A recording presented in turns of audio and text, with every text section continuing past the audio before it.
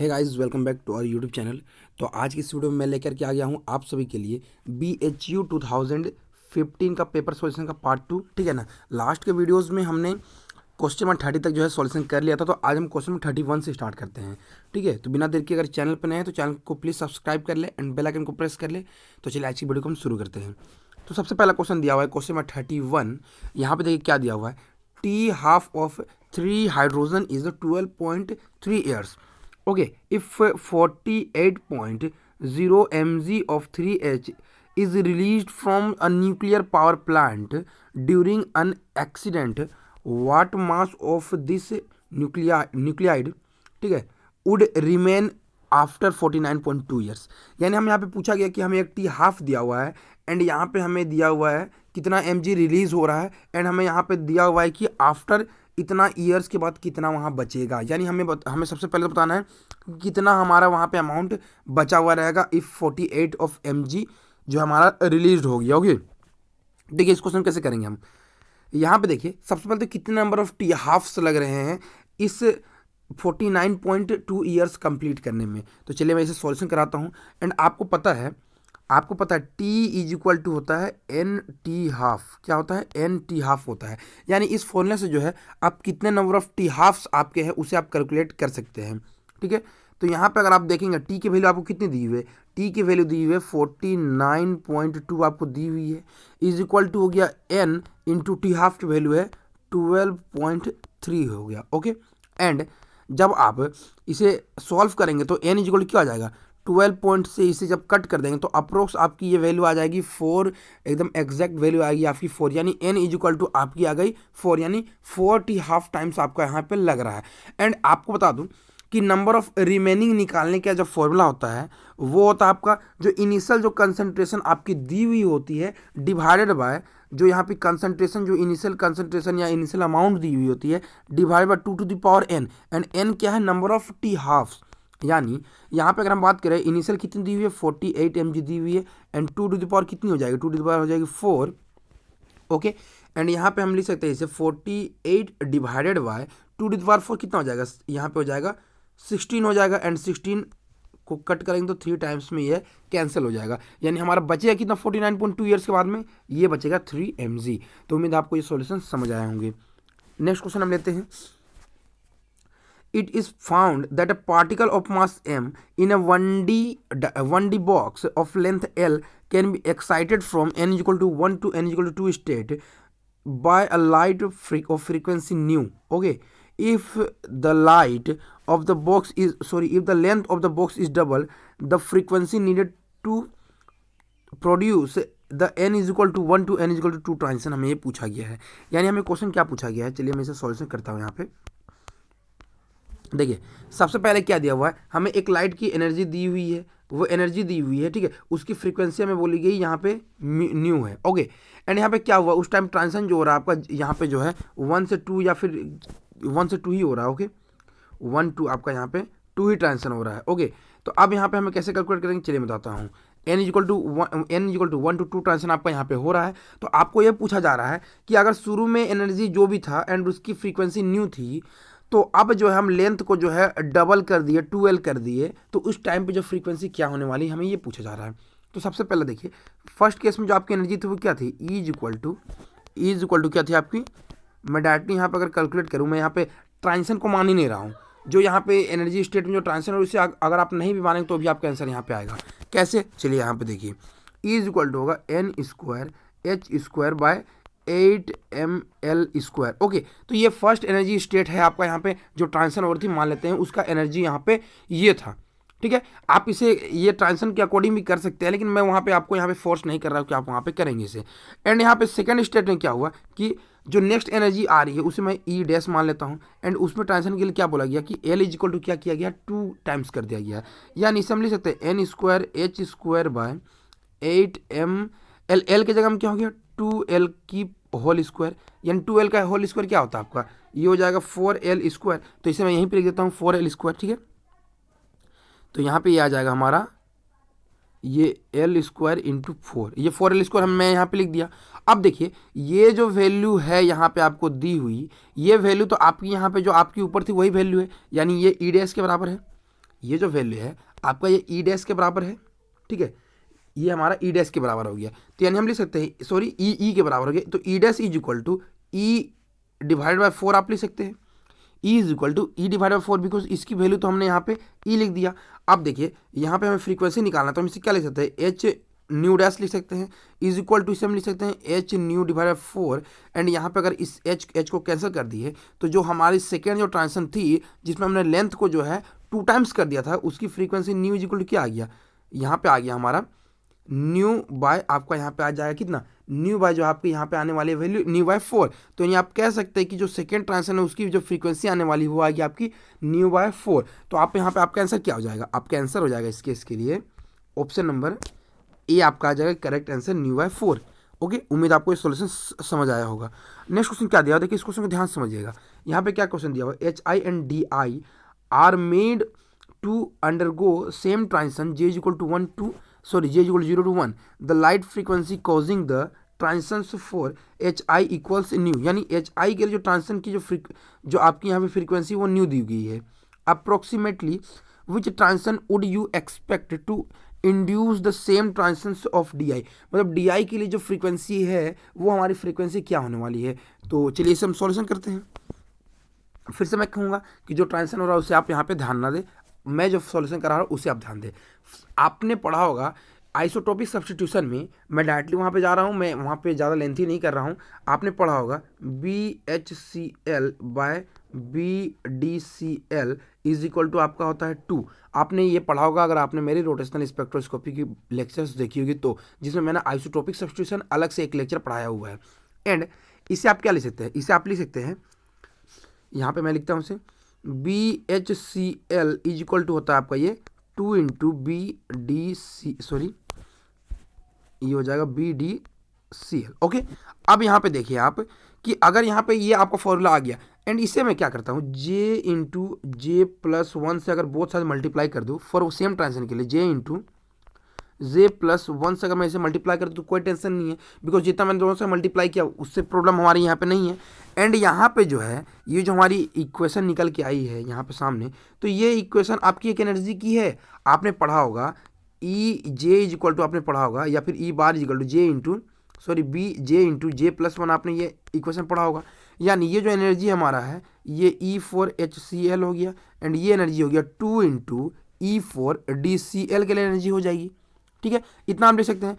And यहाँ पे अगर हम इस HCl के लिए अगर हम यहाँ पे फ्रीक्वेंसी माने एच न्यू माने तो हम इसे लिख सकते हैं 2 into H new dash. Okay, and ये एच कैंसल, यानी जो हमारा ये न्यू डैश जो है वो DCl के लिए है, यानी DCl की जो फ्रीक्वेंसी हो जाएगी वो न्यू बाय 2 आने वाली है। तो आपको यहाँ पे आंसर मिल गया होगा कि जो न्यू डैश यानी DCl की जो फ्रीक्वेंसी होगी वो न्यू बाय 2 हो जाएगी। तो यहाँ पे अगर आप आंसर देखेंगे तो करेक्ट आंसर आपका क्या आ जाएगा, करेक्ट आंसर हो जाएगा आपका option number C, correct answer हो जाएगा। ओके, एंड नेक्स्ट क्वेश्चन क्या दिया हुआ है, the radial distribution function for 1s straight 4 pi r square psi 1s के लिए जो है हमें यहाँ पे दिया हुआ है इंडिकेट्स द, वो क्या इंडिकेट करता है, ये आपका इंडिकेट करता है the most probable value of the distance from the nucleus is 0 होता है, ये हमें यहाँ पे ये इंडिकेट करता है। एंड इसका जो नेक्स्ट क्वेश्चन है, ठीक है, ये क्वेश्चन मैं आप सभी के लिए छोड़ रहा हूँ, इसके आंसर जो है मुझे आप कॉमेंट सेक्शन में बताएंगे, क्योंकि आपको भी कुछ क्वेश्चन करने चाहिए एंड आप भी मुझे कुछ ऐसे क्वेश्चन के आंसर बताइए। ओके, नेक्स्ट क्वेश्चन क्या दिया हुआ है, which of the following functions are well behaved quantum mechanically, कौन सा यहाँ पे well behaved quantum mechanically behave करेगा।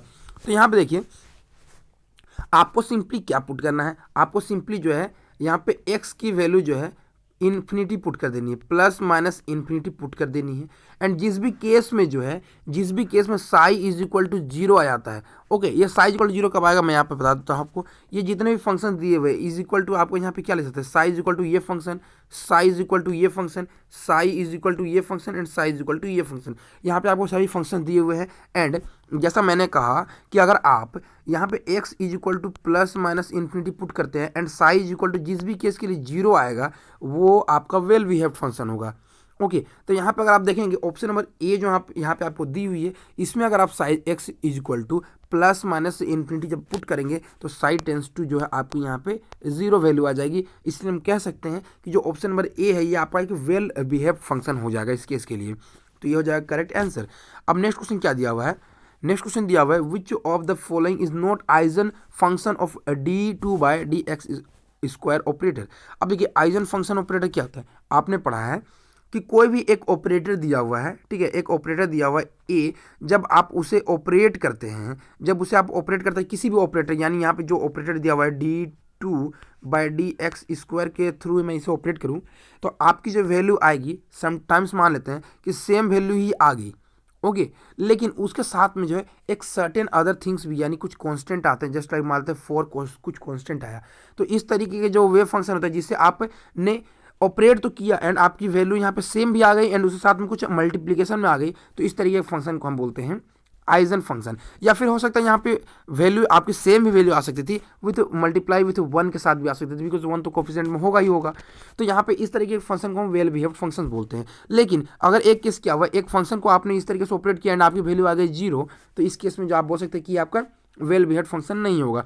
तो यहाँ पे अगर आप देखेंगे तो ये जो आपका ऑप्शन दिया हुआ है, option number A and option number B, ये दोनों जो है आपकी यहाँ पे आइजन वैल्यूज जो है आपको यहाँ पे शो करेगी। बट ऑप्शन नंबर सी जब ए एक्स बी को जब आप d2/dx इसको साथ करेंगे तो फर्स्ट केस में क्या हो जाएगा, ये हो जाएगा x आ जाएगा, because differentiation of a x plus b करेंगे तो सॉरी यहाँ पे आपकी वैल्यू आ जाएगी ए आ जाएगी। ओके यहाँ पे वैल्यू आपकी आ जाएगी ए, देन जब इसे आप फिर से ऑपरेट करेंगे तो ये वैल्यू आ जाएगी आपकी 0, यानी ये तो आपका यहाँ पे आइजन फंक्शन नहीं होगा। इसीलिए आप यहाँ पे कह सकते हैं कि जो ऑप्शन नंबर सी है ये आपका आइजन फंक्शन यहाँ पे नहीं होगा। ओके अब हमारा नेक्स्ट क्वेश्चन हम यहाँ पे देखते हैं। तो द ऑपरेटर h²/2m रिप्रेजेंट, देखिए ये जो है ये ऑपरेटर होता है, ये आपका काइनेटिक एनर्जी ऑपरेटर होता है, ठीक है ना, ये होता है काइनेटिक एनर्जी ऑपरेटर होता है, ये आपकी काइनेटिक एनर्जी ऑपरेटर होती है। तो यहाँ पे करेक्ट आंसर हो जाएगा ऑप्शन नंबर डी, ठीक है।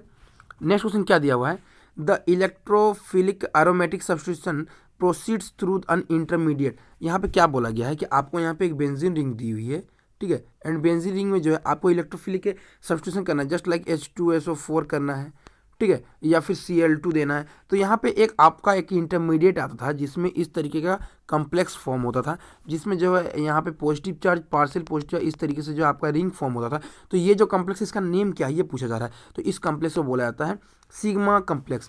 क्या बोला जाता है, सिग्मा कम्प्लेक्स इसे बोला जाता है, ठीक है। तो इस बात को आप यहाँ पे याद रखेंगे, इसे बोलते हैं सिग्मा कम्प्लेक्स बोला जाता है, ठीक है।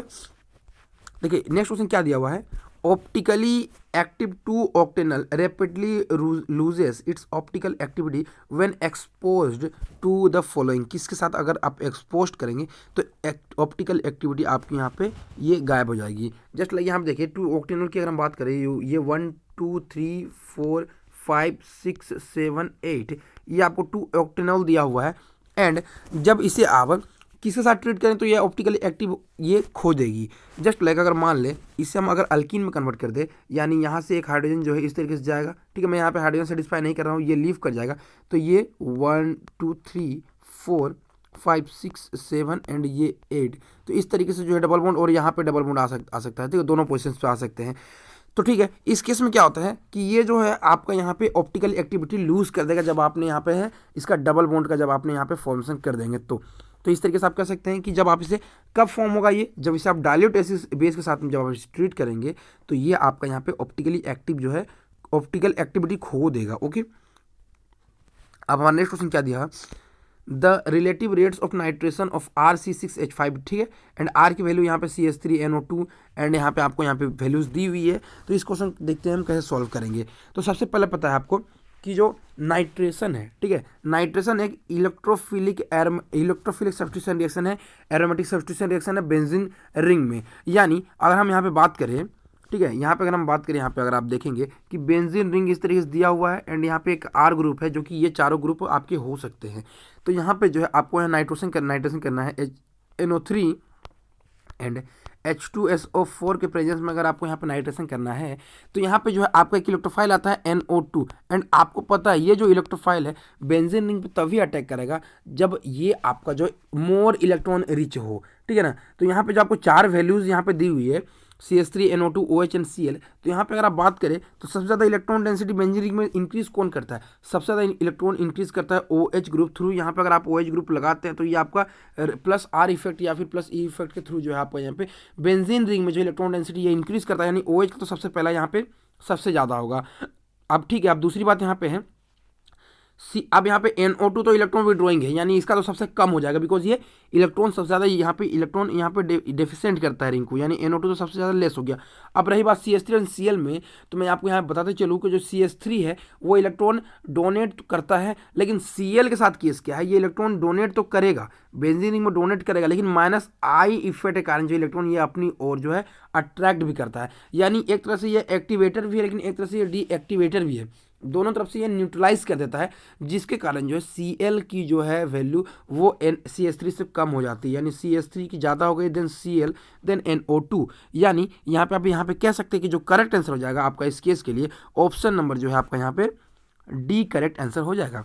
ओके, एंड आप इसे इस तरीके से भी जान सकते थे, अगर OH आपका यहाँ पे सबसे ज़्यादा वैल्यू हो रही है तो NO2 एंड Cl में आपको पता है कि NO2 का सबसे ज़्यादा लेस होने वाला है, तो आप उस तरीके से भी इस क्वेश्चन को कर सकते थे। ठीक है, अब हम लेते हैं अपने नेक्स्ट क्वेश्चन को। देखिए नेक्स्ट क्वेश्चन क्या दिया हुआ है, which of the following statement is not true for E2 reaction. देखिए E2 रिएक्शन में क्या होता है, सिंपली अगर आपको यहाँ पे एक एल्काइल हैलाइड दिया हुआ है या फिर किसी तरीके से यहाँ पे दिया हुआ है C, ये X यहाँ पे दिया हुआ है, ठीक है। एंड इस केस में क्या होता है, एक यहाँ पे बेस आपको दिया होता है, बेस जो है सिंपली यहाँ पे जो हाइड्रोजन एंटी में प्रेजेंट होता है, ये बेस इस हाइड्रोजन को इस तरीके से लेके चला जाता है एंड ये बॉन्ड यहाँ चला जाता है एंड ये ग्रुप जो है लीव कर जाता है एंड यहाँ पे जो है आपका सिंपली जो है अल्कीन का यहाँ पे आपका फॉर्मेशन हो जाता है। एंड इस केस में क्या होता है, सिंपली यहाँ पे अगर मैं आपको डायरेक्टली बताने की कोशिश करूँ तो ये जो होता है ये एक 1 स्टेप रिएक्शन होता है, ये सिंगल स्टेप रिएक्शन होता है, यानी यहाँ पे कोई भी प्रकार का कार्बोकेटायन का फॉर्मेशन नहीं होता है एंड कार्बोकेटायन का फॉर्मेशन नहीं होता है। एंड यहाँ पे सबसे इंपॉर्टेंट बात है कि इस रिएक्शन में किसी प्रकार की रीअरेंजमेंट पॉसिबल नहीं होती है, यानी यहाँ पे हमारा किसी प्रकार का रीअरेंजमेंट जो है यहाँ पे होता ही नहीं है, यानी हम यहाँ पे कह सकते हैं कि जो ऑप्शन नंबर C है यहाँ पे रीअरेंजमेंट ओकर्स नहीं होता है, ठीक है ना। इसीलिए हमारा करेक्ट आंसर जाएगा ऑप्शन नंबर C, इस केस के लिए बिल्कुल करेक्ट आंसर है। नेक्स्ट क्वेश्चन क्या दिया हुआ है, list the following compounds in the correct order of decreasing acidity. हमें एसिडिटी का ऑर्डर हमें पूछा गया है, तो यहाँ पे देखिए सबसे पहले यहाँ पे दिया हुआ है, अगर आप ऑप्शन नंबर C को देखेंगे CH3, ये C double bond O and ये H इस तरीके से दिया हुआ है एंड यहाँ ऑप्शन D देखेंगे तो HC ट्रिपल बॉन्ड CH, ठीक है। यहाँ पे अगर आप देखेंगे तो यहाँ पे ये आपका क्या है, इथाइन है, ये इथाइन का हाइड्रोजन बहुत ज़्यादा एसिडिक होता है, लेकिन अगर आप यहाँ पे एसिटाल्डिहाइड वाले हाइड्रोजन की बात करें तो ये मोर एसिडिक होता है ड्यू टू ये यहाँ पे ये आपका रेजोनेंस के कारण जो होता है, यहाँ पे इक्विवेलेंट रेजोनेंस के कारण जो होता है ये ज़्यादा एसिडिक होता है, यानी यहाँ से अगर एक हाइड्रोजन चला जाए तो ये इलेक्ट्रॉन इस तरीके से ईजिली जो है आपका यहाँ पे रेजोनेट कर सकता है एंड इसीलिए ये आपका ये एसिटाल्डिहाइड वाला जो है हाइड्रोजन मोर यहाँ पे जो है आपका यहाँ पे क्या होता है, एसिडिक होता है, यानी हम यहाँ पे कह सकते हैं जो C वाला है वो सबसे ज़्यादा एसिडिक हो जाएगा। उसके बाद जो है आपका ये आपका एसिटिलीन यानी इथाइन वाला जो है सबसे ज़्यादा हो जाएगा, यानी C के बाद D आ जाएगा एंड उसके बाद जो आप इन दोनों में कर सकते हैं उसका तो ये आपका जो आपका इथीन है उसका कह सकते हैं एंड उसके बाद आपका यहाँ पे B, बिकॉज B यहाँ पे सबसे ज़्यादा यहाँ पे आपका लेस एसिडिक हाइड्रोजन यहाँ पे प्रेजेंट होगा, तो आप कह सकते हैं CDAB जो है आपका ऑप्शन नंबर जो है यहाँ पे B में प्रेजेंट है, तो करेक्ट आंसर हो जाएगा आपका ऑप्शन नंबर B यहाँ पे करेक्ट आंसर होने वाला है। ठीक है, अब हम बात करते हैं अपने नेक्स्ट क्वेश्चन की ओर। ठीक है, नेक्स्ट क्वेश्चन क्या दिया हुआ है यहाँ पे, विच of the following carbocations is most stable, कौन सा यहाँ पे कार्बन सबसे ज़्यादा स्टेबल है। तो यहाँ पे अगर आप देखेंगे तो सबसे पहले तो आपको पता है कि एलाइलिक्स यहाँ पे जो है यहाँ पे आपका CPM सबसे ज़्यादा स्टेबल होता है, देन आपका स्टेबल होता है बेंजाइलिक, ठीक है बेंजाइलिक, देन आपका होता है एलाइलिक, ठीक है, देन आपका होता है 3 डिग्री, देन 2 डिग्री एंड यहाँ पे 1 डिग्री। तो यहाँ पे ना तो CPM ना तो बेंजाइलिक है, उसका आपका क्या है यहाँ पे एलाइलिक सबसे ज़्यादा है। तो यहाँ पे अगर आप देखेंगे तो ये जो कार्बोकेटाइन है ये आपका एलाइलिक कार्बोकेटाइन है। एलाइलिक कार्बोकेटाइन किसी बोलते हैं, इस तरीके से जो आपका कार्बोकेटाइन फॉर्म होता है इससे आप बोलते हैं एलाइलिक कार्बोकेटाइन, जो एलाइलिक पोजीशन पे कार्बोकेटाइन होता है।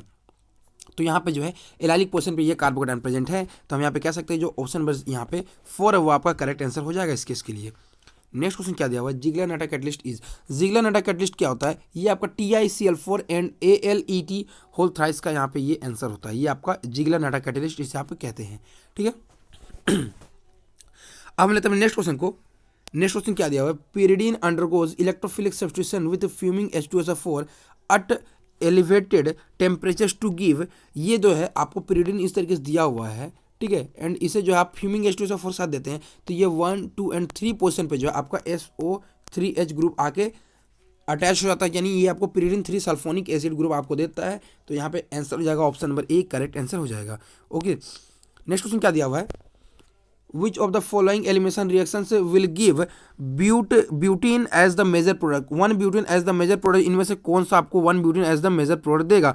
तो ये जो है आपका हॉफमैन, ये आपका हॉफमैन एलिमिनेशन का क्वेश्चन यहाँ पे आपको दिया हुआ है। एंड यहाँ पे अगर आप बात करें हॉफमैन एलिमिनेशन के लिए, अगर आप मेनली बात करें तो ये मेनली आपका इस तरीके से जो आपका यहाँ पे ट्राई एमीन जो ग्रुप आपके मेनली प्रेजेंट होते हैं वो आपका जो है यहाँ पे हॉफमैन एलिमिनेशन आपको रिएक्शन शो करता है। यानी इस केस में ड्यू टू दिस ये ग्रुप जो आपको यहाँ पे बल्कि ग्रुप है, जिसके कारण जो है जो NaOET है इस पोजीशन से हाइड्रोजन ये नहीं ले पाता है, यानी वो लेस हिंडर्ड साइड से जो है आपका यहाँ पे हाइड्रोजन एब्स्ट्रैक्ट करने की कोशिश करता हूँ, यहाँ से हाइड्रोजन एब्स्ट्रैक्ट करेगा एंड ये ग्रुप यहाँ पे चला जाएगा एंड ये ग्रुप जो आपका यहाँ पे सिंपली जो है लीव कर जाता है। तो आपका जो ऑप्शन यहाँ पे जो प्रोडक्ट फॉर्म हो जाएगा इस तरीके से जो आपको यहाँ पे प्रोडक्ट फॉर्म हो जाएगा एंड ये प्रोडक्ट बोलते हैं आप हॉफमैन प्रोडक्ट बोलते हैं एंड यही जो है आपका यहाँ पे वन ब्यूटेन यहाँ पे मेजर प्रोडक्ट फॉर्म हो जाएगा।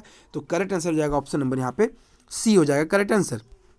नेक्स्ट क्वेश्चन क्या दिया हुआ है, aldehyde and ketone can be converted to one two dicarbonyl compounds by reaction of, इस तरीके से जो है आपको यहाँ पे अल्डिहाइड दिया हुआ है एंड इसे आप किस चीज़ से रिएक्शन करेंगे तो आपको पूछा गया है इस तरीके से जो है डाई एल्डिहाइड और डाई कीटोन इस तरीके से जो है आपका यहाँ पे 1 2 डाई कार्बोनिल फॉर्म हो जाएगा। तो ये आपको मेनली जो है SeO2 यानी सेलेनियम ऑक्साइड के साथ डाइऑक्साइड के साथ जब आपसे ट्रीट करते हैं तो ये आपका कंपाउंड फॉर्म हो जाता है।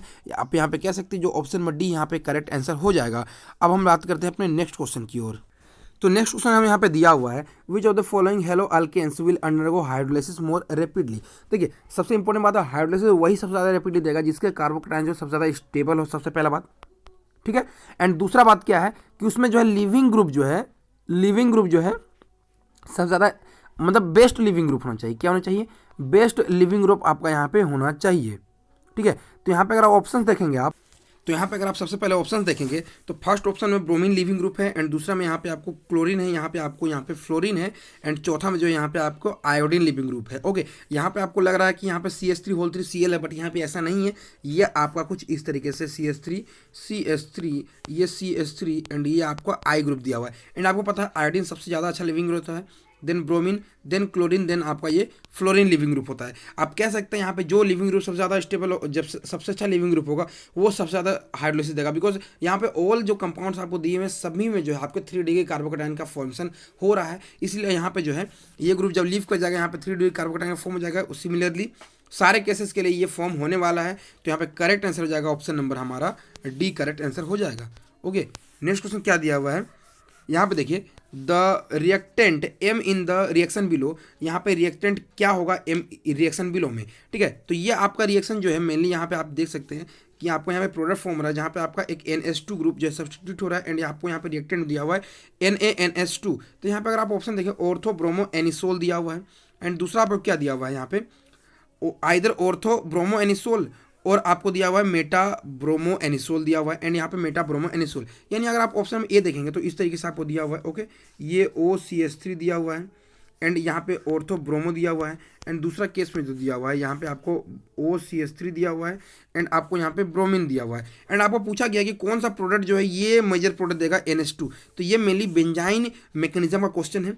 अगर आप जो है इस रिएक्शन को NaNH2 देते हैं तो ये आपका इस तरीके से बेंजाइन जो है आपका यहाँ पे फॉर्म करने वाला है। यहाँ पे जो है आपका इस तरीके से जो है बेंजाइन फॉर्म कर जाएगा एंड सिमिलरली जब इसे आप ट्रीट करेंगे, ठीक है, यहाँ पे ये डबल बॉन्ड होगा एंड यहाँ पे जब इसे आप ट्रीट करेंगे तो ये आपका कुछ इस तरीके से जो है बेंजाइन फॉर्म कर जाएगा। इस तरीके से जो है आपका यहाँ पे बेंजाइन फॉर्म कर जाएगा एंड बोथ ही केस में अगर आप देखेंगे तो बोथ केस में जो बेंजाइन फॉर्म हुआ है यहाँ पे फॉर्मेशन किया है तो यहाँ पे ये फॉर्म किया एंड यहाँ पे ये फॉर्म किया, बट बोथ प्रोडक्ट को जो है आप NaNH2 से जब ट्रीट करेंगे तो बोथ मेटा प्रोडक्ट जो है आपका यहाँ पे देने वाले मेटा प्रोडक्ट पोजीशन पे जो है आपका यहाँ पे NH2 ग्रुप जो आपका यहाँ पे अटैच्ड होने वाला है, यानी आप यहाँ पे कह सकते हैं कि जो आपका ऑर्थो और एंड मेटा बोथ जो है आपका ये प्रोडक्ट देगा, नॉट ओनली मेटा और नॉट ओनली ऑर्थो, बोथ आपको सेम प्रोडक्ट देंगे। तो यहाँ पे जो करेक्ट आंसर हो जाएगा आपका option number C correct answer हो जाएगा। नेक्स्ट क्वेश्चन क्या दिया हुआ है, the major product form in the following electrophilic aromatic substitution reaction is. देखिए इस क्वेश्चन को मैंने आपको जो है अपने हेट्रोसाइक्लिक के लेक्चर में बताया था। आपने मेरी हेट्रोसाइक्लिक की लेक्चर देखी है तो आप यहाँ पे इस क्वेश्चन को ईजिली कर सकते हैं, बिकॉज मैंने वहाँ पे बताया था कि जो पिरिडीन रिंग होती है वो आपका इलेक्ट्रोफिलिक यानी फ्रीडर क्राफ्ट एल्काइलेशन और एसाइलेशन रिएक्शन मेनली नहीं देती है। फ्रीडर क्राफ्ट एल्काइलेशन रिएक्शन वो नहीं देती है, यानी ये रिएक्शन तो आपका होना ही नहीं है। यहाँ पे नो रिएक्शन यानी no none of the above यहाँ पे आपका करेक्ट आंसर हो जाएगा। ठीक है, यहाँ पे option number D correct answer हो जाएगा। नेक्स्ट क्वेश्चन क्या दिया हुआ है, which of the following compounds absorbs UV radiation. ठीक है, which of the following compounds absorb UV radiation, कौन सा यहाँ पे अब्जॉर्ब करेगा यूवी रेडिएशन। तो यहाँ पे हो जाएगा एसीटोन। इस तरीके से जो है एसीटोन आपका यूवी रेडिएशन अब्जॉर्ब करेगा एंड ये आपको जो ट्रांजिशन शो करेगा वो करेगा आपको N2 ट्रांजिशन आपको इस जगह में ये शो करेगा। ओके, तो ये आपको यहाँ पे आंसर हो जाएगा एसीटोन। ठीक है, अब हम लेते हैं अपने नेक्स्ट क्वेश्चन को। नेक्स्ट क्वेश्चन क्या दिया हुआ है, benzaldehyde may be prepared by any of the following methods, which of the following is Stephen's method. कौन यहाँ पे स्टीफन्स मेथड है। मेनली क्या होता है, जब आप C6H5 को SnCl2HCl देते हैं एंड हाइड्रोलिसिस करते हैं तो इसी मेथड को बोलते हैं यहाँ पे स्टीफन्स मेथड बोलते हैं। ठीक है ना, ज़्यादा मैं इसमें टाइम नहीं ले रहा हूँ, ये इसी आप जो बोलते हैं स्टीफन्स मेथड इसे आप कहते हैं। नेक्स्ट क्वेश्चन क्या दिया हुआ है, the reagent use in the following transformation. यहाँ पे अगर आप रिएक्टेंट देखेंगे, यहाँ पे आपका जो है एक यहाँ पे कीटोन ग्रुप प्रेजेंट है एंड आपका यहाँ पे एस्टर ग्रुप प्रेजेंट है एंड प्रोडक्ट में अगर आप देखने जाएंगे तो यहाँ पे आपका यहाँ पे एल्कोहल बच रहा है एंड आपका यहाँ पे एस्टर ग्रुप जो है रिटेन हो रहा है। तो यहाँ पर किस केस के लिए होता है, तो मैं आप बता दूं, जब LiLH4 देंगे तो यहाँ पे जो है बोथ ग्रुप जो है आपके यहाँ पे बोथ ग्रुप रिड्यूस हो जाएंगे, यानी ये OH में कन्वर्ट हो जाएगा, ये आपका यहाँ पे CH2OH में कन्वर्ट हो जाएगा। एंड ZnHG देंगे तो इस केस में क्या होगा, ये कीटोनिक ग्रुप की जगह में आपका 2 हाइड्रोजन चले आएंगे, मतलब ये कीटोनिक ग्रुप पूरा वेनिस हो जाएगा। NH2 देंगे वो भी पूरा वेनिस हो जाएगा, ये कीटोनिक ग्रुप पूरी तरीके से वेनिस हो जाएगा। बट अगर आप NaBH4 देंगे तो NaBH4 के केस में क्या होगा, ये कीटोनिक ग्रुप को सिर्फ ये अल्कोहल में कन्वर्ट कर देगा एंड ये एस्टर ग्रुप जो है ये आपका रिटेन हो जाएगा। तो यहाँ पे करेक्ट आंसर हो जाएगा आपका ऑप्शन नंबर बी, यहाँ पे करेक्ट आंसर हो जाएगा। ओके, नेक्स्ट क्वेश्चन क्या दिया हुआ है, which of the following secondary alcohols can be prepared from the following reaction of methyl formate. ठीक है, मिथाइल फॉर्मेट ये हो गया आपका मिथाइल फॉर्मेट, इसे आप ट्रीट कर रहे हैं ग्रिग्नार्ड रिएजेंट के साथ, तो कौन सा यहाँ पे मेजर प्रोडक्ट फॉर्म होगा जो सेकेंडरी अल्कोहल होगा। तो मेनली यहाँ पे क्या होता है, CH3MgB आग से साथ जब आप ट्रीट करें तो ये सिर्फ यहाँ पे अटैक करेगा, ये ऊपर चल जाएगा, ये वापस आएगा एंड ये ग्रुप लीव कर जाएगा। तो आपको क्या फॉर्म होगा, आपको फॉर्म हो जाएगा HC_O एंड आपको यहाँ पे एसिटाल्डिहाइड फॉर्म हो जाएगा। एंड सिंपली क्या है, फिर से जो 1 मोल ऑफ ग्रिग्नार्ड रिएजेंट जो है ये फिर से इस तरीके से अटैक करेगा, ये ऊपर चला आएगा, तो यहाँ पे जो है आपका ये S तो हो गया, ये C हो गया, ये O- हो गया, ये CH3 हो गया एंड ये आपका CH3 हो गया एंड मीडियम में जो हमारा H+ प्रेजेंट होगा तो वो आपका यहाँ पे H+ चला जाएगा, यानी यहाँ पे आपका सिंपली प्रोपेन 2 का जो है फॉर्मेशन हो गया। तो यहाँ पे आप कह सकते हैं जो ऑप्शन नंबर बी है यहाँ पे करेक्ट आंसर हो जाएगा। ओके, अब नेक्स्ट क्वेश्चन क्या दिया हुआ है, हम यहाँ पे नेक्स्ट क्वेश्चन दिया हुआ है, consider the following statement about the conformational isomer. Conformational isomers के लिए यहाँ पे कौन सा स्टेटमेंट सही है, देखिए they are interconverted by rotation about single bond. जो कन्फॉर्मेशनल होते हैं उन्हें आप सिंगल बॉन्ड के रोटेशन के थ्रू जो है आप इसे रोटेट कर सकते हैं। ठीक है, सिंगल बॉन्ड रोटेशन आपकी यहाँ पे पॉसिबल होती है, बिल्कुल करेक्ट है।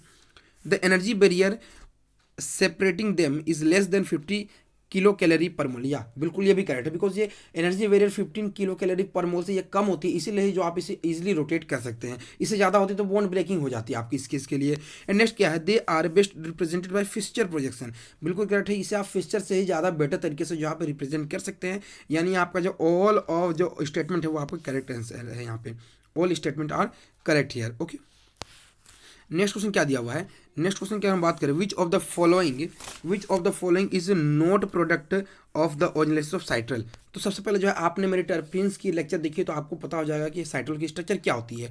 तो मैं बताते चलूँ कि जो साइट्रल की स्ट्रक्चर होती है वो आपको सिंपली ये होती है, ये HC_O, ठीक है, एंड यहाँ पे ये इस तरीके से डबल बॉन्ड हो जाएगा एंड ये इस तरीके से ये डबल बॉन्ड एंड इस तरीके से ये आपका साइट्रल का ये स्ट्रक्चर होता है। ठीक है, एंड जब आप ओरिजिनेसिस करेंगे तो सिंपली इस डबल बॉन्ड को इस तरीके से आप ब्रेक कर दिए, इस डबल बॉन्ड को ब्रेक कर दिए, दोनों साइड में ओ लगा देंगे तो आपका यहाँ पे फॉर्म हो जाएगा HC double bond O and यहाँ पे double bond O and H आपका, तो यहाँ पे ये मॉलिक्यूल मिल गया एंड इसी साथ जब आप ट्रीट करें तो ये आपका हो जाएगा इस तरीके से, ठीक है। इस तरीके से आपका यहाँ पे ये फॉर्म हो जाएगा एंड यहाँ पे थर्ड कंपाउंड जो फॉर्म होगा, ये सेकंड कंपाउंड आपका यहाँ पे फॉर्म हुआ है एंड थर्ड आपका जो है यहाँ पे ये आपका एसीटोन फॉर्म हो गया। यानी यहाँ पे आपका क्या हो गया, एसीटल, यहाँ पे आपका एसीटोन फॉर्म हो गया, ठीक है।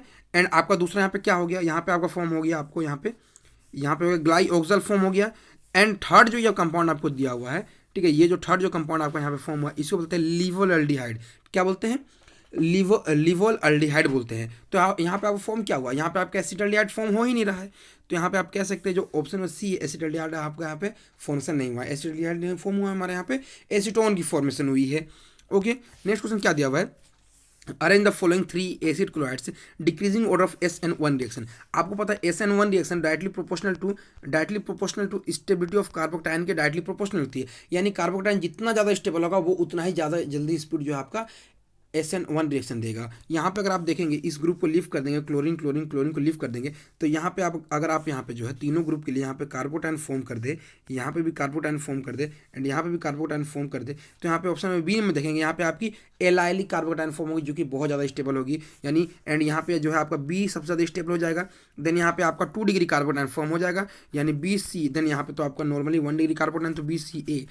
यहाँ पे आपका जो करेक्ट आंसर यहाँ पे है ऑप्शन नंबर बी, यहाँ पे करेक्ट आंसर हो जाएगा। ओके, नेक्स्ट क्वेश्चन क्या दिया हुआ है, which of the following carbocations in order, arrange the following carbocations in order of decreasing stability. Decreasing stability के ऑर्डर पे जो आपको यहाँ पे इसे रीअरेंज करना है। तो यहाँ पे देखिए आपने मेरी एरोमेटिसिटी की लेक्चर देखी होगी, तो मैंने वहाँ बोला था 5 मेंबर के पास में जो है अगर एक नेगेटिव साइन होता है, नेगेटिव चार्ज होता है, तो वो कंपाउंड एरोमेटिक होता है। एंड ये अगर आप देखें तो ये 4n+2 रूल को भी आपका ये फॉलो करता है, ठीक है, 4n+2 रूल को भी जो आपको यहाँ फॉलो करता है, यानी ये आपका एरोमेटिक हो गया।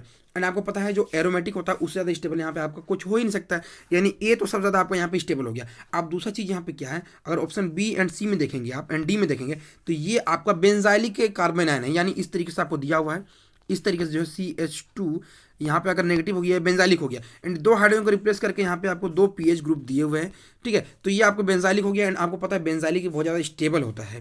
तो यहाँ यानी जो पहला ए है, ए के बाद तो आपका यहाँ पे बी आने वाला है एंड थर्ड यहाँ पे अगर आप देखेंगे थर्ड यहाँ पे ए एंड बी तो हमारा यहाँ पे मिल गया। अब ऑप्शन सी एंड डी में किसकी ज़्यादा स्टेबिलिटी होगी, तो ये आपका 3 डिग्री कार्बोकटाइन आपका स्टेबल होता है, बट यहाँ पे जो आपका CH3 ये CH3 एंड यहाँ पे CH3 एंड यहाँ पे अगर नेगेटिव आप साइन दे देंगे तो ये तीनों जो है आपके तीनों हाइपर कॉन्जुगेटिव हाइड्रोजन यानी 9 हाइपर कॉन्जुगेटिव हाइड्रोजन साथ में जो है इस नेगेटिव चार्ज को जो बहुत ज़्यादा अनस्टेबिलिटी प्रोवाइड करेंगे एंड CH2 नेगेटिव जो है ये आपका इससे भी ज़्यादा स्टेबल हो जाएगा। आपको पता है कार्बन आयन की स्टेबिलिटी में 1 degree more than 2 degree more than 3 degree, आपको ये पता है, आपको ये होता है, यानी ये 1 डिग्री ज़्यादा स्टेबल हो जाएगा। यानी हम कह सकते हैं कि ए सबसे ज़्यादा, देन बी, देन आपका डी, देन आपका सी हो जाएगा। तो यहाँ पे आपका आंसर जो हो जाएगा, आंसर हो जाएगा आपका ऑप्शन नंबर सी, यहाँ पे करेक्ट आंसर हो जाएगा। नेक्स्ट क्वेश्चन क्या दिया हुआ है, the alpha and beta form of D glucopyranose are called. देखिए जो अल्फा एंड बीटा एनोमर होता है डी ग्लूकोपायरानोज का, अगर आप स्ट्रक्चर आपने मेरी ग्लूकोज की जो कार्बोहाइड्रेट की और आपने मेरे लेक्चर देखा होगा तो वहाँ पे मैंने बताया था कि इस पोजीशन पे जो है आपका, इस पोजीशन पे जो आपका एक OH ग्रुप जो होता है आपका एक या तो ऊपर हो सकता है, ठीक है, एक ऊपर हो सकता है या फिर नीचे हो सकता है, मैंने आपको बताया था उस केस के लिए। मैं यहाँ पर ज़्यादा डिटेल में बात नहीं कर रहा हूँ, आप लेके जाके देख लेंगे। वहाँ पे जो है डी ग्लूकोपायरानोज में जो है मेनली आपको उसे बोलते हैं alpha and beta D glucose को एपीमर्स बोलते हैं, सॉरी इसे आप कहते हैं एनोमर्स। क्या बोलते हैं, एनोमर्स बोलते हैं उसे आप, एनोमर्स, ठीक है, एनोमर्स बोलते हैं, ठीक है। नेक्स्ट क्वेश्चन क्या दिया हुआ है, the methyl D glucoside is made by treating D glucose, ठीक है, of the which D glucose with the following, किससे आप यहाँ पर ट्रीट करें तो आपका यहाँ पर फॉर्म होगा, आपको ये पूछा जा रहा है। तो बता दूं कि जो आपके ग्लूकोज में जो है आप साइक्लिक ग्लूकोज के अगर आप स्ट्रक्चर देखेंगे तो वहाँ पे जो है अगर आप देखेंगे तो वहाँ पे आपको सिंपली जो OH ग्रुप जो आपको प्रेजेंट होता है, ठीक है, मैं यहाँ पर डायरेक्टली बात हूँ, यहाँ पे ग्लूकोज की साइक्लिक स्ट्रक्चर है, OH ग्रुप को जो आप HCl एंड आप यहाँ पे CH3OH के जब आप ट्रीट करते हैं तो सिंपली ये O ग्रुप जो है आपका OCH3 में जहाँ पर कन्वर्ट हो जाता है, जिसे आप बोलते हैं डी ग्लूकोसाइडिक लिंकेज आपको बोलते हैं, ठीक है। इसे तो ये जब फॉर्म होता है, ये कब फॉर्म होता है, जब आप HCl-CH3OH के साथ जब आप इसे ट्रीट करते हैं तो आपका ये फॉर्म हो जाता है। तो यहाँ पे आप कह सकते हैं जो ऑप्शन नंबर ए यहाँ पे आपका करेक्ट आंसर हो जाएगा। ओके, नेक्स्ट क्वेश्चन क्या दिया हुआ है, among the following carbohydrates which complete hydrolysis gives D plus glucose as one of the product। ठीक है, तो जो डेक्सट्रीन होता है इससे आप हाइड्रोलिसिस करें तो आपको यहाँ पे D प्लस ग्लूकोज आपको नहीं मिलता, बट स्टार्च सुक्रोज एंड सेलोज कुछ करते हैं तो आपको यहाँ पे जो है ये आपको फॉर्म कर देता है ग्लूकोज D प्लस ग्लूकोज, यानी हम कह सकते हैं जो ऑप्शन बी सी डी यानी ऑप्शन नंबर 2 जो है आपके करेक्ट आंसर हो जाएगा इस केस के लिए। ओके, नेक्स्ट क्वेश्चन हम देखते हैं, how many stereo centres present in the small naturally occurring protein ग्लाई। ठीक है, ग्लाई दिया हुआ है, एलानाइन दिया हुआ है एंड एलानिन दिया हुआ है। ठीक है, तो यहाँ पे देखिए अगर आप स्ट्रक्चर को देखेंगे तो आपको यहाँ पे इन तीनों के लिए अगर आप स्ट्रक्चर फॉर्म करेंगे तो आपका सिंपली यहाँ पे अगर फॉर्म होने वाला है, ठीक है, सिंपली आपका यहाँ पे फॉर्म हो जाएगा इस तरीके से, ये NH2 ओके एंड ये आपका CH2, ये C डबल बॉन्ड O, ये आपका जो है मेनली ये आपका स्ट्रक्चर किसका है, ग्लाइसिन का है, मैंने अमीनो एसिड लेक्चर में बताया था। एंड उसके बाद सिंपली यहाँ पे ये NH यहाँ पे आपका पेप्टाइड लिंकेज आ जाएगा, ये CH एंड यहाँ पे आपका CH3 एंड यहाँ पे C डबल बॉन्ड O, ये आपका हो गया एलानिन एंड फिर से एलानिन मॉलिक्यूल दिया हुआ है NHCH, ये CH3 एंड ये आपका हो जाएगा C डबल बॉन्ड O, ये OH हो जाएगा। एंड यहाँ पर अगर आप बात करें स्टीरियो सेंटर्स की तो आपके देखिए एक ये स्टीरियो सेंटर प्रेजेंट हो जाएगा बिकॉज यहाँ पे 4 डिफरेंट हैंड्स प्रेजेंट है एंड ये आपका स्टीरियो सेंटर्स हो जाएगा। एंड इसके अलावा जो है आपका यहाँ पे कोई सा भी यहाँ पे स्टीरियो सेंटर प्रेजेंट नहीं है, यानी आपके टोटल स्टीरियो सेंटर प्रेजेंट हो गए 2। आप कह सकते हैं जो ऑप्शन नंबर यहाँ पे 2 है वो आपका करेक्ट आंसर हो जाएगा। The reagent used in advance methods and terminal analysis of peptide bond, ये होता है फिनाइल आइसोथायोसाइनेट के लिए आप रिएजेंट यहाँ पे यूज़ करते हैं। ओके, अब हम लेते हैं नेक्स्ट क्वेश्चन को, select the reagent required to bring out the following transformation. इस ट्रांसफॉर्मेशन के लिए जो है आपको कौन सा यहाँ पे रिएजेंट रिक्वायरमेंट होगा, तो यहाँ पे बता दूँ ये जो रिएक्शन यहाँ पे आप देख सकते हैं, यहाँ पे आपको एक कार्बन जो है सिंपली आपको यहाँ पे कम हो जा रही है एंड यहाँ पे आपका COH प्रेजेंट हो जा रहा है एंड ये मेनली जो है आपका क्लोरोफॉर्म रिएक्शन है। क्या है, क्लोरोफॉर्म रिएक्शन है एंड क्लोरोफॉर्म रिएक्शन में आप mainly Cl2 and OH minus आप यूज़ करते हैं। एंड इस केस में क्या होता है, जो भी आपका यहाँ पे कार्बनिक ग्रुप होता है उसके अनदर प्लेस पे जो है 3 अल्फा हाइड्रोजन जो प्रेजेंट होते हैं वो 3 अल्फा हाइड्रोजन जो है मेनली हट के जो वहाँ पे एक OH ग्रुप चला जाता है, यानी वहाँ पे एक एसिड ग्रुप प्रेजेंट हो जाता है। एंड यहाँ पे हम कह सकते हैं जो ये फॉर्म हुआ ये आपका mainly Cl2 and the presence of OH minus से जो है आपका यहाँ पे फॉर्मेशन होता है। मेनली इस जगह पे जो है आप I2OH माइनस भी आप यहाँ पे यूज़ कर सकते हैं, वो भी आपका आइडोफॉर्म टेस्ट रिएक्शन होता है। ठीक है, तो करेक्ट आंसर हो जाएगा option number C।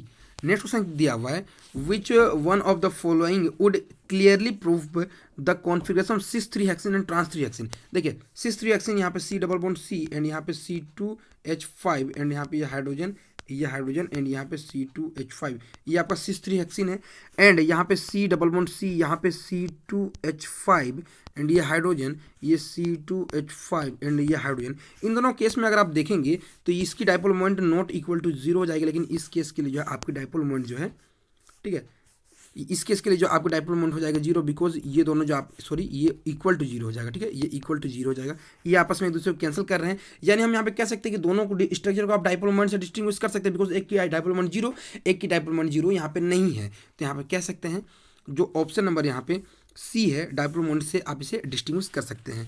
Next question क्या दिया हुआ है, naphthalene undergo nitration with a mixture of conc HNO3 and H2SO4 at 50 degree Celsius gives mainly. ठीक है, यहाँ पे आपको नेप्थलीन दिया हुआ है, ठीक है, इस तरीके से नेप्थलीन दिया हुआ है एंड आपको जो इसे नाइट्रेशन करना है HNO3 एंड H2SO4 साथ में इन द प्रेजेंस यहाँ पे टेम्परेचर दिया हुआ है आपको, यहाँ पे 50 डिग्री सेल्सियस दिया हुआ है। तो मेनली ये आपको प्रोडक्ट फॉर्म करता है, ये 1 नाइट्रो जो है आपको नेप्थलीन का यहाँ पे फॉर्मेशन हो जाता है, यानी आप कह सकते हैं जो ऑप्शन नंबर A है यहाँ पे करेक्ट आंसर हो जाएगा इस केस के लिए।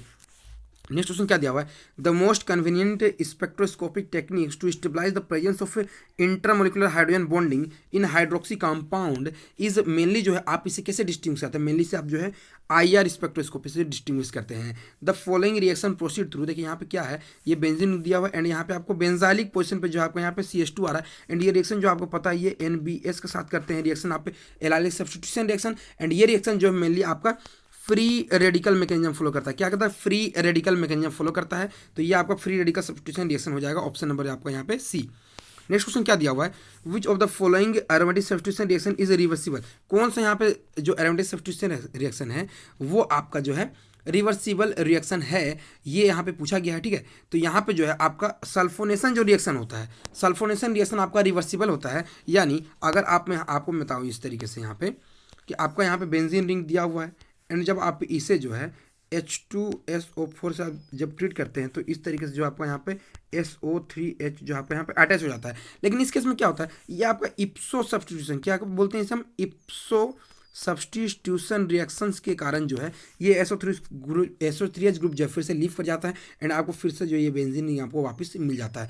एंड ये रिएक्शन जो होता है आपका ये रिवर्सिबल रिएक्शन है। आप इप्सो रिएक्शंस के बारे में जो इप्सो सब्स्टिट्यूशन रिएक्शन के बारे में आप खुद भी कुछ पता कर सकते हैं उसके अकॉर्डिंग कि किस तरीके से वो रिएक्शन होती है, ठीक है। तो ये आपका इप्सो सब्स्टिट्यूशन रिएक्शन आपकी ये हो गई। तो करेक्ट आंसर हो जाएगा आपका sulphonation reaction. Okay, next question क्या दिया हुआ है, allylic bromination is carried out by. Simply अभी जस्ट मैंने बताया आपको एलाइलिक ब्रोमिनेशन के लिए कि आप अभी जस्ट ये क्वेश्चन अभी आपने ऊपर किया होगा, क्वेश्चन नंबर 69। यहाँ पे जो ये रिएक्शन आपने किया था तो मैंने आपको बताया था यहाँ पे आप क्या यूज़ करते थे, Cl2 साथ में NBS, ठीक है, NBS का आप यूज़ करते थे Cl2 के साथ में। तो यहाँ पे आप देखेंगे एलाइलिक ब्रोमिनेशन वो रिएक्शन था, तो ये आपका NBS के साथ में जो आपको मेनली ये रिएक्शन होता है। तो करेक्ट आंसर आपको पता चल गया होगा, यह हो गया option number D. Next question क्या दिया हुआ है, which of the following is the final product Z in the following sequence है। चलिए इस क्वेश्चन हम करते हैं। यहाँ पे देखिए, यहाँ पे दिया हुआ है CH3 C double bond O, and ये आपको CH3 दिया हुआ है, एंड आपको यहाँ पे HCN दिया हुआ है, यानी मेनली आपको यहाँ पे CN न्यूक्लियोफाइल मिलने वाला है। CN न्यूक्लियोफाइल मेनली आपको यहाँ पे अटैक करेगा, एंड यहाँ पे ऑक्सीजन पे नेगेटिव चला जाएगा, एंड यहाँ पे H+ जो है यहाँ पे सिंपली चलाया जाएगा। तो आपको जो है यहाँ पे ये फॉर्म होने वाला है, क्या होने वाला है, CH3 C, यहाँ पे ये OH, एंड आपका यहाँ पे जो है CN आ जाएगा। ओके, एंड आपका यहाँ पे CH3 हो जाएगा। सेकंड स्टेप में हाइड्रोलिसिस क्या होता है, जब इसे आप हाइड्रोलिसिस करेंगे तो ये आपका फॉर्म हो जाएगा CH3, ये C, ये आपका CH3, एंड ये आपका हो जाएगा OH, ये हो जाएगा COOH। अब नेक्स्ट स्टेप यहाँ पे जो हमारा क्या फॉर्म हुआ था, CH3, ये C, ये OH, ये CH3, एंड ये आपका COOH, ये हमारा फॉर्म होता है। अब नेक्स्ट स्टेप में क्या हो जाएगा, जब इसे आप H2 फर्स्ट साथ ट्रीट कर देंगे, यहाँ पे मेनली डिहाइड्रेशन रिएक्शन होगी, एंड आपका यहाँ पे CH2, यहाँ पे जो यहाँ से एक हाइड्रोजन जो सिंपली चला जाएगा, एंड ये ग्रुप जो लीव कर जाएगा, डबल बॉन्ड CH3, एंड यहाँ पे जो है आपका यहाँ पे C डबल बॉन्ड OH का यहाँ पे आपका फॉर्मेशन हो जाएगा। इसे ही आप इस तरीके से लिख सकते हैं, CH2 डबल बॉन्ड CH3, ठीक है, यहाँ पे CH3 COOH, इस तरीके से आप लिख सकते हैं। एंड ये ऑप्शन अगर आप देखेंगे तो ऑप्शन नंबर ये आपको दिया हुआ है, ऑप्शन नंबर ए में आपको यहाँ पे ये दिया हुआ है। तो करेक्ट आंसर हो जाएगा आपका option number A. Next question देखिए क्या दिया हुआ है, which of the following reactions is correctly shown. कौन सा यहाँ पे करेक्टली सोन किया गया, तो मेनली यहाँ पे मैं आपको डायरेक्टली बता दूँ, जो ROH को NaOH के साथ में ट्रीट किया गया है तो RONA एंड वाटर फॉर्म कर रहा है, ये आपका करेक्ट सोन किया गया है। ओके, नेक्स्ट क्वेश्चन क्या दिया हुआ है, identify the chiral compound that is oxidized with alkaline KMnO4 या टू बेंजोइक एसिड। देखिए बेंजोइक एसिड में क्या होता है, मैं आपको यहाँ बता दूँ कि आपको यहाँ पे क्या दिया हुआ है, एक बेंजीन रिंग दी हुई है, ठीक है, यहाँ पे CH3 दी हुई है, जिससे आप अल्कलाइन KMnO4 साथ में जब आप ट्रीट करते हैं तो ये आपका मेनली बेंजोइक एसिड में यहाँ पे आपका जो है कन्वर्ट हो जाता है। तो इसके लिए क्राइटेरिया ये है कि जो ये जो चेन होनी चाहिए आपका अल्केन चेन होना चाहिए, यानी कोई अल्किन ग्रुप प्रेजेंट नहीं होनी चाहिए, एंड इसके पास में मिनिमम 1 नंबर ऑफ हाइड्रोजन होने चाहिए। यानी ये आपका तो यहाँ बेंजोइक एसिड में कन्वर्ट हुआ, यानी अगर आप इस जगह में जो है ये CH2 ये CH3 देते तो ये भी आपका कन्वर्ट हो जाता है बेंजोइक एसिड में, ठीक है, ये आपका बेंजोइक एसिड में कन्वर्ट हो जाता है। यानी यहाँ पे अगर मैं यहाँ पे यहाँ पे CH3 एंड यहाँ पे CH3 दूंगा तो ये भी कन्वर्ट हो जाएगा, लेकिन इस हाइड्रोजन को रिप्लेस करके यहाँ पे अगर मैं एक CH3 देता हूँ तो ये आपका कन्वर्ट नहीं होगा। यानी आप कह सकते हैं कि यहाँ पर सिंपली आपको बेंजालिक पोजीशन पे एक हाइड्रोजन ढूंढना है। तो यहाँ पर अगर हम हाइड्रोजन देखने के लिए जाएँ तो यहाँ पे देखिए सबसे पहले तो एल्किन वाले देंगे नहीं, मैंने अभी जस्ट बोला, एंड इस केस में देखिए यहाँ पे कोई हाइड्रोजन प्रेजेंट नहीं है, लेकिन इस केस में यहाँ पे एक हाइड्रोजन प्रेजेंट है, यानी ये आपको प्रोडक्ट दे देगा। तो यहाँ पे करेक्ट आंसर हो जाएगा option number D. Next question क्या दिया हुआ है, natural rubber is a polymer made up of the following monomer units. तो किससे यहाँ पे फॉर्म होता है, तो ये आपको मेनली मोनोमर यूनिट जो होता है नेचुरल रबर, आपने पढ़ा होगा 12th क्लास में, ये आपको मेनली आइसोप्रीन जो कि आपका होता है 1,4-ब्यूटाडाइन, क्या होता है 1,4-ब्यूटाडाइन जो है आपका यहाँ पे ये होता है, ठीक है ना, ये आपका 1,4-ब्यूटाडाइन, इसे आप आइसोप्रीन यूनिट कहते हैं। तो यहाँ पे ये डबल बॉन्ड CH2 हो जाएगा। ओके, ये डबल बॉन्ड CH2 हो जाएगा, ये आपका 1,4-ब्यूटाडाइन आपका यहाँ पे पॉलीमर का मोनोमर हो गया। ओके, तो करेक्ट आंसर है option number C. Next question क्या दिया हुआ है, which of the following compounds can be use as solvent in, यहाँ पे दिया हुआ है फ्रीडल क्राफ्ट रिएक्शन में जो है किसे आप सॉल्वेंट की तरह यूज़ कर सकते हैं। तो मैं यहाँ पे डायरेक्टली आपको बताता हूँ कि जो नाइट्रोबेंजीन है उसे आप सॉल्वेंट की तरह यहाँ पे आप यूज़ कर सकते हैं। नेक्स्ट क्वेश्चन क्या दिया हुआ है, ऑक्सीजन में be prepared by heating potassium chlorate यानी KClO3 को जो है आप हीट करें तो आपको ऑक्सीजन मिल रहा है, लेकिन अनदर कंपाउंड क्या मिलता है जब ऐसा हीट करते हैं तो ये आपको मेनली KCl प्लस आपको देता है O2, यानी अनदर कंपाउंड जो आपका यहाँ पे फॉर्म होता है वो आपका होता है पोटेशियम क्लोराइड। ओके, तो यहाँ पे करेक्ट आंसर हो जाएगा ऑप्शन नंबर बी, यहाँ पे करेक्ट आंसर हो जाएगा। ओके, नेक्स्ट क्वेश्चन क्या दिया हुआ है यहाँ पे दिया हुआ है from each of the pair given will identify the ion which is larger in size, कौन यहाँ पे लार्जर इन साइज यहाँ पे प्रेजेंट है। तो यहाँ पे देखिए CO2 positive and CO3 positive में आपको पता है जिस पे ज़्यादा चार्ज होता है वो साइज छोटा होता है, ठीक है, एंड जिस पे चार्ज कम होता है पॉजिटिव चार्ज वो आपका साइज में बड़ा होता है। तो CO3 positive and CO2 positive में CO2 पॉजिटिव तो आपको पता है यहाँ बड़ा हो गया। नेक्स्ट क्या है Fe2 positive and Zn2 positive में, तो आपको पता है लेफ्ट टू राइट जब आप पीरियोडिक टेबल में बढ़ते हैं तो साइज आपकी डिक्रीज होती है due to increase of Z effective. Okay, तो यहाँ पे देखिए जो Zn2 पॉजिटिव उसकी साइज तो यहाँ पे छोटी होगी विथ रेस्पेक्ट टू आपका यहाँ पे Fe2 पॉजिटिव के रेस्पेक्ट में जो है आपका यहाँ पे साइज यहाँ पे छोटा हो जाएगा। तो यहाँ पे आप कह सकते हैं जो Fe2 पॉजिटिव जो है आपका यहाँ पे साइज बड़ा हो गया, and Na plus and F minus में आपको पता है एनायन का साइज ज़्यादा बड़ा होगा तो F माइनस यहाँ पे ज़्यादा बड़ा हो गया, and O2 and S2 minus में है यहाँ पे देखिए O2 यहाँ पे प्रेजेंट है O2 माइनस, तो S2 माइनस उसके जस्ट नीचे प्रेजेंट है, ठीक है, यानी डाउन द ग्रुप आपको पता है साइज इंक्रीज होता है, यानी S2 माइनस का यहाँ पे साइज बड़ा हो जाएगा। तो ये आपका यहाँ पे ये चारों आयंस यहाँ पे आयंस हो जाएंगे, यानी CO2 positive Fe2 positive F minus and S2 minus. तो यहाँ पे ऑप्शन नंबर सी में आपका यहाँ पे करेक्ट आंसर दिया हुआ है। ओके, नेक्स्ट क्वेश्चन क्या दिया हुआ है how many unpaired electrons that are there in an atom of silver in its ground state, यानी एजी में ग्राउंड स्टेट में कितने नंबर ऑफ यहाँ पे अनपेयर्ड इलेक्ट्रॉन प्रेजेंट है, यानी ये कॉपर फैमिली का है, कौन आगे आया, ठीक है, ठीक है, तो ये आपका कॉपर फैमिली का। तो एजी के लिए आपको पता है ये इलेक्ट्रॉनिक कॉन्फ़िगरेशन था यहाँ पे 4d9, ठीक है, एजी के लिए होता है आपका 4d9, ठीक है, 5s2 होता है, ठीक है, 4d9 5s2 होता है। एंड जब आप इलेक्ट्रॉन फिल करेंगे तो इस तरीके से जब आप इलेक्ट्रॉन फिल करेंगे तो यहाँ पे देखिए आपका क्या आने वाला है, ये 1 2 3 हमें यहाँ पे क्या पूछा गया है ग्राउंड स्टेट के लिए पूछा गया है। तो नॉर्मली ग्राउंड स्टेट में अगर हम करेंगे तो 1 2 3 4 5, ठीक है, ये तो यहाँ पे ये लो स्पिन हो जाएगा बिकॉज सिल्वर के लिए आपको पता है 4d एंड 5d के लिए ये लो स्पिन होता है। तो ये 4 5 6 7 8 9, तो यहाँ पे आप देखेंगे आपका ओनली 1 अनपेयर्ड इलेक्ट्रॉन आपको यहाँ पे बच रहा है। तो आप कह सकते हैं आपका ऑप्शन नंबर यहाँ पे बी करेक्ट आंसर हो जाएगा। नेक्स्ट क्वेश्चन क्या दिया हुआ how many moles of P4O10 will react with 1 mole of water, ठीक है। यहाँ पे अगर मैं इस क्वेश्चन को आपको अच्छे तरीके से बताऊँ, देखिए यहाँ पे P4O10 का स्ट्रक्चर आप बनाएंगे तो ये P4O10 का स्ट्रक्चर हो जाएगा। ओके, ये इस तरीके से P4O10 का स्ट्रक्चर हो जाएगा इस तरीके से। ओके, ये डबल बॉन्ड O, ये डबल बॉन्ड O, ये डबल बॉन्ड O एंड ये डबल बॉन्ड O।